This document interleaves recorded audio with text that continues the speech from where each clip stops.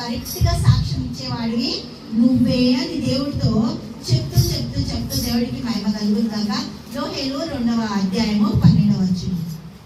యోహేలు గ్రంథం తెలుసా? బైబిల్ చదువుతున్నాం కదా. ఎక్కడ ఉంటుంది? Very good. ఎక్కడ ఉంటుంది? హోషేయ ముందా వెనకాలనా? ఎవరు చెప్తలేదు. హల్లెలూయా, దేవునికి స్తోత్రం. హోషేయ తర్వాత 2:18. ఇప్పుడైనా దేవుడికి మహిమ కలుగుతాక కరువు, బాధ, వేదన, ఇబ్బంది, ఇన్ని సమస్యల్లో మనం కొట్టుమిట్లాడుతున్నాం కదా. ఇప్పుడైనా మీరు ఏం చేయాలంట? ఉపవాసం ఉండుడి, కన్నీరు విడిచిచో, దుఃఖించుచో మనపూర్వకంగా తిరిగి నా ఎదురుకు రండి. ఎక్కడికి రావాలి మనము? దేవాది దేవుని సన్నిధిలోకి. అంటే ప్రతిరోజు మాకు చర్చ చేయడం దొరుకుతుంది అంటే మన ఇంట్లో కూర్చునే ప్రార్థనా గది, ప్రార్థనా స్థలము, ప్రార్థించే దగ్గర ఏమంటుండ్రు దేవుడు? కన్నీరు విడవండి, మీరు దుఃఖించండి, ప్రార్థించండి. ఇర్మియా తల్లి అంట, ఇర్మియాకి వేదన రోదనతో ప్రార్థించే ఆత్మని నేర్పినట. దేవుడికి స్తోత్రం. హల్లెలూయా. ప్రార్థన చేస్తానికి కూర్చుంటేనే ఇర్మియా కన్నీరు గార్చేస్తాడంట. దేవుడికి మహిమ కలుగు. కన్నీరు ఎవరి కోసం కావాలి? నా కోసము, నా ఇంటి కోసము, నా పిల్లల కోసము, అయిపోయిన మా నలుగురి కోసమే. ఎవరి కోసం కావాలి కన్నీరు? పక్కనుల కోసం కావాలి, పక్కనుల బాధల్లో కావాలి. హాస్పిటల్ ఉన్న వాళ్ళని గుర్తు చేసుకొని ప్రార్థించాలి. మన కోసం మన కోసం మన కోసం ఎన్ని సంవత్సరాలు చేసినాం, ఏమైనా వచ్చిందా? ఎవరి కోసం చేయాలి ప్రార్థన? పక్కనులు చెప్పండి. నా కోసం కాదు, పక్కనుల కోసం చేస్తారు. అదే ఇప్పుడైనా మీరు ఉపవాసం ఉండి కన్నీరు విడిచిచూ, దుఃఖించుచూ మనపూర్వకంగా తిరిగి నా దగ్గర రండి. ఇదే యెహోవా వాక్కు. మీ దేవుడనైన యెహోవా కరుణా వాత్సల్యము గల వాడును, శాంతమూర్తియు, అత్యంత కృపగల వాడును అయ్యుండి తాను చేయను ఉద్దేశించిన కీడును చేయక. దేవుడికి స్తోత్రం.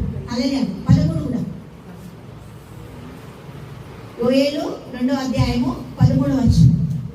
తాను చేయను ఉద్దేశించిన కీడును చేయక పశ్చాత్తాపపడును గనుక మీ వస్త్రములను కాక మీ హృదయములను చింపుకొని ఆయన తట్టు తిరుగుడి. ఒకవేళ ఆయన మనసు తిప్పుకొని పశ్చాత్తాపడి మీ దేవుడైన యెహోవాకు తగిన నైవేద్యమును పానార్పణమును మీకు దీవెనగా అనుగ్రహించును. దేవుడికి మహిమ కలుగును కాక. అనుగ్రహింపడని ఎవడు చెప్పగలడు? ప్రార్థించడానికి జవాబు రాదు.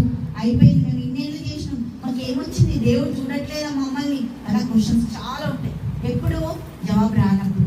దేవుడు ఇక్కడ ఒకటే అంటుడు, అనుగ్రహించిన వాడు అడ్డుపడడానికి ఎవరున్నారు? ఎవ్వరు లేరంట. మీకా 6వ అధ్యాయము 8వ వచనం. మీకా 6వ అధ్యాయము 8వ వచనం. మనుషుడా, ఏది ఉత్తమమో అది నీకు తెలియజేయబడి ఉన్నది. న్యాయంగా నడుచుకుంటయు, కనికరమును ప్రేమించుటయు, దీన మనసు కలిగి నీ దేవుని ఎదుట ప్రవర్తించుటయు ఇంతే కదా యెహోవా నిన్ను అడుగుచున్నాడు. హల్లెలూయా. దేవునికి మహిమ కలుగుగాక. ఏం అడుగుతుందంట? మనుషుడా, ఏది ఉత్తమమో అది నీకు తెలియజేయబడి ఉన్నది. న్యాయముగా నడుచుకుంటయు, కనికరమును ప్రేమించుటయు, దీన మనసు కలిగి నీ దేవుని ఎదుట ప్రవర్తించుటయు ఇంతే కదా యెహోవా నిన్ను అడుగుతున్నాడు. అడిగిన దానికి చేయాలా వద్దా మనము? దేవునికి మహిమ కలుగుగాక. అన్నీ కూడా ఆయన కొరకు కావాల్సిన ప్రతిదాన్ని చేసేటప్పుడు దేవుడు మనల్ని ఎక్కడ కూడా విడిచిపెట్టకుండా జాగ్రత్తగా గ్యారెంటీగా మనకు ఒక వాగ్దానాన్ని, ఒక వచనాన్ని మన జీవితాలలో విడుదల చేస్తుండ్రు. దేవుడికి మహిమ కలుగుగాక. మొదటిది ఏమంటుంది ఇర్మియా? కన్నీటి ప్రార్థన చేయండి అంటూ. ఇక్కడ ఏమంటుడు? ప్రేమని, కనికరాన్ని మీరు అస్సలు విడిచిపెట్టద్దు. ఏది న్యాయమో అదే చేయండి, ఏది అన్యాయమైందో దాన్ని ఏం చేయాలట? పారదోరాలి. యెషయా 49వ అధ్యాయము 24వ వచనం. యెషయా 49వ అధ్యాయము 24వ వచనం. బలాఢ్యుని చేతిలో నుండి కొలసము ఎవడు తీసుకొనగలడు? హల్లెలూయా. భీకరులు చెరపట్టిన వారు విడిపింపబడదురా? క్వశ్చన్. అవుతుందా? వస్తుందా? మాకు జరుగుతుందా? మేము నిలబడతామా?